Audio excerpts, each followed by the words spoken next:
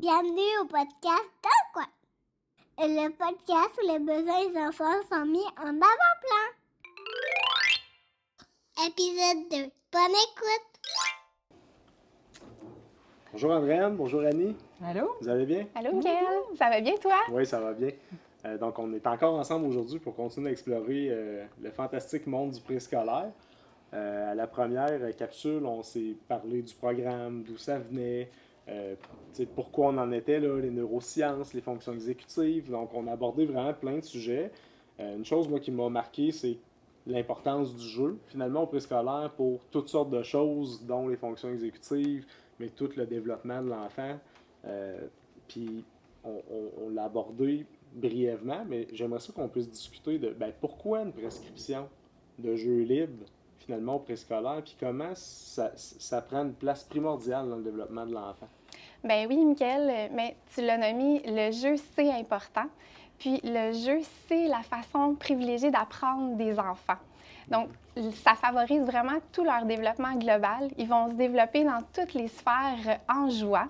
Donc, c'est pour ça que le jeu est vraiment au cœur de notre programme. C'est pour ça que c'est essentiel que les enfants jouent à tous les jours et que le programme a justement prescrit 2 périodes de 45 à 60 minutes de jeu en continu à chaque jour. Okay. C'est quoi du vrai jeu libre? Du vrai jeu libre, c'est en fait là, c'est que l'enfant doit pouvoir choisir à quoi il veut jouer, avec qui il veut jouer, comment il joue, où il joue. C'est ça la notion de jeu libre, c'est le libre choix de l'enfant, de pouvoir faire ça. Puis il y a aussi la notion de spontanéité dans le jeu, parce qu'on se rappelle que le jeu, c'est vraiment l'activité naturelle des enfants. Ah, si on met un enfant dans n'importe quel contexte avec rien, qu'est-ce qu'il va faire? Il va trouver une façon de s'amuser, il va jouer. C'est ça, il va jouer. Puis dans le jeu libre, Mickaël, il y a aussi la notion de plaisir. L'enfant, il va jouer naturellement, il va être bien dans son jeu, puis naturellement, il va aller se placer dans sa zone proximale de développement. Il va choisir un jeu qui est à sa mesure, un jeu qui n'est pas trop difficile, pas trop facile, puis dans lequel il va se sentir compétent. Okay. Quand on prescrit des périodes, exemple, de jeu calme ou une activité dirigée, on n'est pas dans le jeu libre, si je comprends bien. Exact. Le jeu calme, on pourrait dire que c'est pas du jeu libre parce que l'enfant a un choix, mais c'est un petit peu des fois un choix forcé. Hein? C'est pas nécessairement peut-être à ça qu'il a le goût de jouer. Et c'est peut-être pas ça qui va aller vers spontanément ou qui va lui apporter son plaisir. Donc, si une période de jeu calme comprend des casse-têtes, des jeux logiques, de la pâte à modeler, mais que lui a le goût d'aller faire des constructions, bien, ça ne répond pas à son besoin ni à son intérêt. Donc, on ne considérerait pas ça comme une période de jeu calme. Puis, pour une activité dirigée, bien, ça le dit, c'est vraiment l'adulte qui va choisir, c'est l'adulte qui va imaginer, qui va planifier. Donc, c'est toute aussi l'adulte. Spontanéité. Exact. Puis c'est l'adulte qui va parler la majorité du temps, alors que dans le jeu, bien, ça va être autour de l'enfant de créer, d'organiser son jeu, de résoudre des problèmes et puis de communiquer avec les autres. Puis ça, comme tu l'as dit, ça touche toutes les sphères du développement, qui est le mandat du préscolaire au final. Mais fait que le jeu calme pourrait faire partie des jeux libres, être une option dans les jeux libres finalement. Exact, Okay. exact. Super. Mais aussi, Mickaël, une chose que je voulais que tu saches qui est importante, c'est le jeu libre de 45 à 60 minutes, ça doit être en continu. Puis ça, c'est important aussi de le comprendre. Est-ce que tu sais pourquoi c'est en continu? Moi, je ne le sais pas. Bien, en fait, c'est important que ça ne soit pas 3 périodes de 20 minutes, par exemple, que ça soit un 45 ou un 60 minutes d'affilée parce que l'enfant, s'il sait qu'il a assez de temps pour jouer et d'espace, bien, c'est à ce moment-là qu'il va s'investir pleinement dans son jeu. Alors, s'il sait qu'il ne dispose pas assez de temps ou d'espace pour jouer, bien, le jeu va rester superficiel. Et il ne va pas s'engager autant. Je comprends. C'est vrai que des fois, pour un enfant, c'est long préparer le jeu. Oui. Je pense à ma fille là, quand elle était plus jeune. Tu sais, Oui. la mise en place était longue. Là, fait que c'est sûr qu'il y a 20 minutes de passer. Oui. Puis pour compléter, c'est normal de voir un enfant au préscolaire papillonner. Tu sais, ça pourrait prendre 25 à 30 minutes pour un enfant de s'engager dans un jeu. Puis c'est tout à fait normal, là. Il faut laisser le temps aux enfants de jouer. Puis j'imagine qu'il y a une petite passe à la palette à faire aux fonctions exécutives puis aux neurosciences dans ça, de papillonner, c'est long s'engager. Oui, bien, je vous fais le petit rappel sur les fonctions exécutives. Hein. On a dit la dernière fois qu'il y avait 3 fonctions exécutives principales. Donc, l'inhibition, la capacité de s'arrêter, de se freiner. La mémoire de travail, garder en tête ce qu'on veut faire, ce qu'on veut dire, qu'est-ce qui se passe, un peu comme la mémoire vive d'un ordinateur. Et notre 3e fonction, qui est plus la flexibilité, donc être capable de passer d'une activité à l'autre, de se réajuster en cours d'activité pour, selon les consignes qui changent ou ainsi de suite. Fait que nos 3 fonctions exécutives de base qui vont servir après ça à nos fonctions exécutives de plus haut niveau, qui sont les capacités d'organisation, de planification et ainsi de suite. Donc, on retourne toujours, le jeu sert à toutes ces choses-là. Là, on est dans le coin lecture, c'est une autre façon, ça développe autre chose, mais toutes nos fonctions exécutives sont travaillées de toute façon. C'est bien. Ça pourrait être intéressant peut-être d'explorer les différents coins, les activités qu'on voit souvent au préscolaire, puis de voir comment ça peut servir justement à développer les fonctions exécutives. C'est vraiment une bonne idée. Puis, Michael, est-ce que tu sais c'est quel jeu va servir à développer vraiment bien les fonctions exécutives au préscolaire, le jeu par excellence? Le français et les mathématiques. Bien sûr que non! Le jeu symbolique. Le jeu symbolique. Oui, le jeu de rôle. Okay. Quand l'enfant va prendre un rôle, aller se rappeler de son rôle et jouer avec la flexibilité, toutes les fonctions qu'Annie vient de nommer, ça va être vraiment travaillé très, très naturellement dans le jeu symbolique. Génial. Puis, c'est ces capacités-là qu'on développe dans le jeu au préscolaire qui, plus tard, vont aider au rendement scolaire, à planifier, à s'organiser, à créer.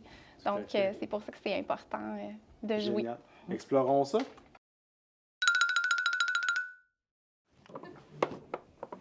Josiane! Hey, salut Mickaël! Je veux jouer avec toi. Tu joues à la crème glacée? Bienvenue à la crèmerie chez Josie!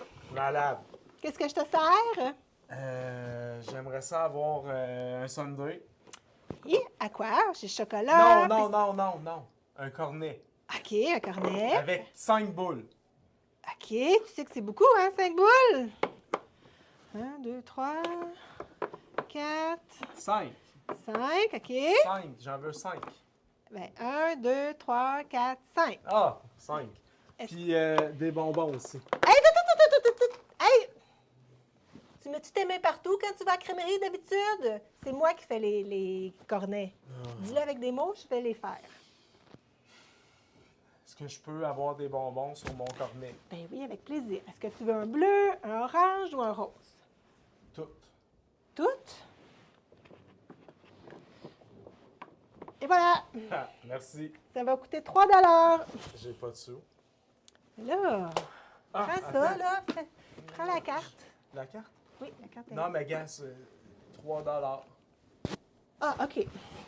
OK. Hey, merci! Salut! Bye! Eh bien, moi, je voulais juste qu'on prenne le temps de revenir puis qu'on regarde avec mon œil et ton œil qu'est-ce qui vient de se passer ici dans la crèmerie. Fait que qu'est-ce que tu as vu, toi, qui a un lien avec le programme ou qui est la posture de l'enseignante ou qu'est-ce que tu as vu? Bien, moi, j'ai vu, Annie, que dans ce jeu-là, ça travaillait vraiment les 5 domaines de développement. Ah, on voyait que Josiane faisait une tour, donc elle développait sa motricité fine avec la cuillère de crème glacée aussi. Le langage, beaucoup de langage, le vocabulaire, des reformulations. Le côté social aussi, de négocier, entrer en relation avec l'autre, comprendre la posture de l'autre.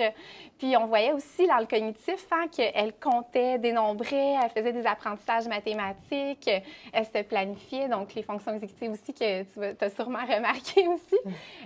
Donc on voyait vraiment aussi dans l'affectif que de jouer, bien, ça peut développer sa confiance en soi, son autonomie. Donc vraiment, ce jeu-là, c'est complet pour développer toutes les compétences que le programme du préscolaire vise à développer. OK. Bien, moi, je trouve ça intéressant parce que de mon œil à moi, j'ai vu nos 3 fonctions exécutives de base qui ont été, bien, même 4. Tu sais, au début, elle s'organisait, là. Fait que là, juste avant que Michaël arrive, elle avait tout fait. Tu vois comment on a on a une belle organisation, là. Fait qu'elle a planifié ses affaires, tout ça, pour être capable de jouer. Oui.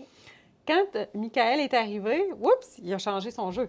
Hein? Fait que là, il est arrivé, il a fait sa commande.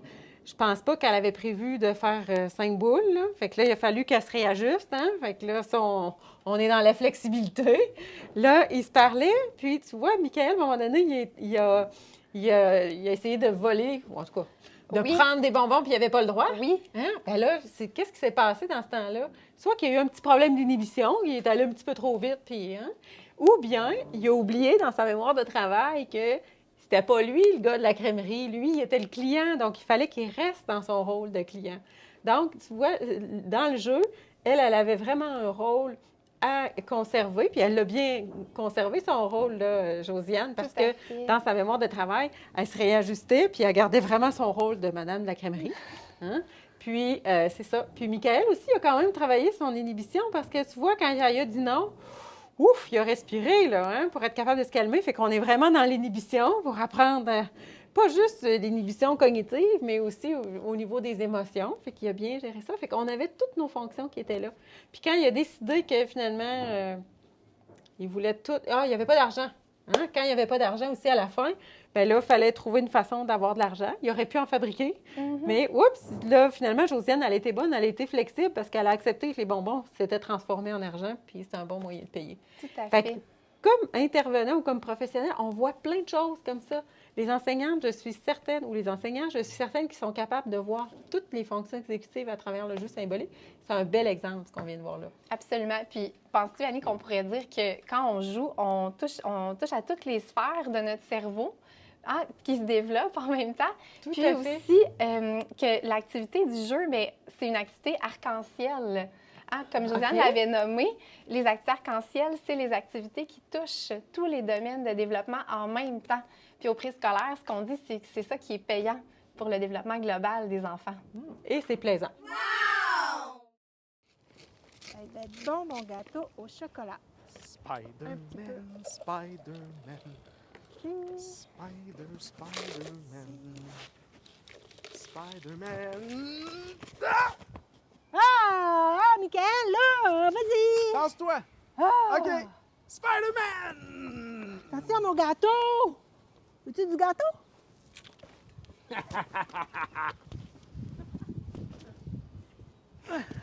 Allô, Andrea? Salut, On Annie. vient de voir du jeu extérieur.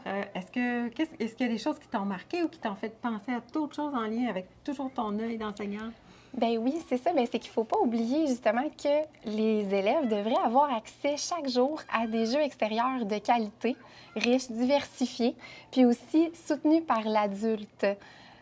OK. Est-ce Oui. que ça veut dire d'avoir beaucoup de beau matériel, tout ça? Ou... Pas nécessairement, non. Les enfants vont utiliser, comme on a vu, leur imagination. Ils vont utiliser ce qui est à leur disposition pour créer, inventer, se fabriquer leur propre scénario, leurs propres histoires. On peut même demander aux enfants de sortir leurs idées pour bâtir qu'est-ce qu'on aurait besoin aussi. Donc, on n'a pas besoin de matériel parfait, comme on dit, parce que les enfants vont créer à leur mesure. Mais le jeu extérieur est vraiment propice, encore une fois, pour travailler le développement global. Toutes les sphères de développement peuvent se travailler aussi bien à l'intérieur qu'à l'extérieur. Puis les grands espaces, ça favorise vraiment la liberté de mouvement. Les enfants vont aller pouvoir explorer, jouer, faire des tentatives d'explorer d'équilibre, comme on a vu, de coordination. Donc, c'est vraiment très, très riche, le jeu extérieur. Moi, ce que je voyais avec mon œil, c'était deux choses. Je voyais Michaël qui faisait de l'équilibre.